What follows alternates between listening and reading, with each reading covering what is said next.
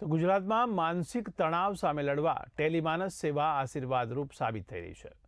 વર્ષ 2022થી અત્યાર સુધીમાં આશરે 36,650થી વધુ લોકો આ નિઃશુલ્ક હેલ્પલાઇનનો સહારો લઈ ચૂક્યા છે। તો અમદાવાદ સેન્ટર ખાતે કાર્યરત 25 કાઉન્સિલર્સ ડિપ્રેશન અને આત્મહત્યા જેવા નકારાત્મક વિચારોથી પીડાતા લોકોને નવું જીવન આપી રહ્યા છે।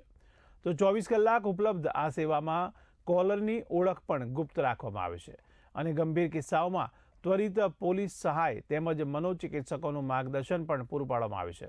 ત્યારે ચાલો જાણીએ આ ક્રાંતિકારી સેવા વિશે।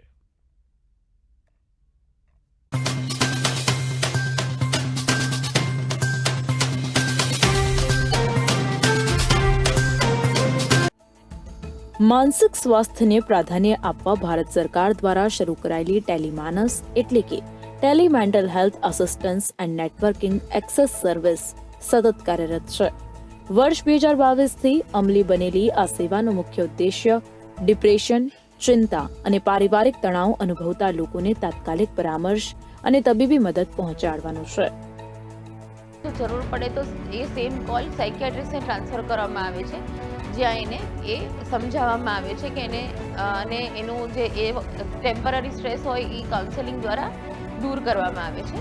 એના પછી જો એને દર્દીને ફરીથી કોલ સ્કેડ્યુલ કરીને એનું ફોલોઅપ લે। કોઈ પણ વ્યક્તિ 14416 નંબર પર કોલ કરીને સીધી સહાય મેળવી શકે છે। અહીં નિષ્ણાંત કાઉન્સેલર્સ કોલરની ગુપ્તતા અને સુરક્ષા સુનિશ્ચિત કરે છે। અઘટિત ઘટનાઓ અટકાવવા માટે જરૂર જણાય કાઉન્સેલર્સ પોલીસ અથવા પરિવારનો સંપર્ક પણ કરે છે। આધુનિક ટેકનોલોજીના માધ્યમથી હવે મોબાઈલ એપ પર સેલ્ફ એસેસમેન્ટ અને ઓનલાઈન કાઉન્સેલિંગની સુવિધા પણ ઉપલબ્ધ છે।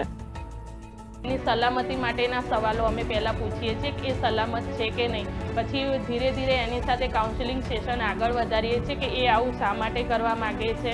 એ સાથે સાથે એની સાથે કાઉન્સેલિંગ સેશન આગળ વધતા એમના ફેમિલીનો કોઈ જો પોસિબલ હોય, શક્ય હોય તો એમના ફેમિલીનો નંબર લેવામાં આવે કાં તો મિત્રોનો નંબર લેવામાં આવે અને એમની સાથે કોન્ટેક્ટ કરવાનો કોશિશ કરીએ છીએ। જો એ ના જણાવતા હોય તો અમે અહીંથી પોલીસ દ્વારા પણ ઇન્ફોર્મ કરીએ છીએ। આમ ટેલિમાનસ ગુજરાતમાં માનસિક સ્વાસ્થ્ય ક્ષેત્રે એક મજબૂત આધાર બનીને ઉભરી છે।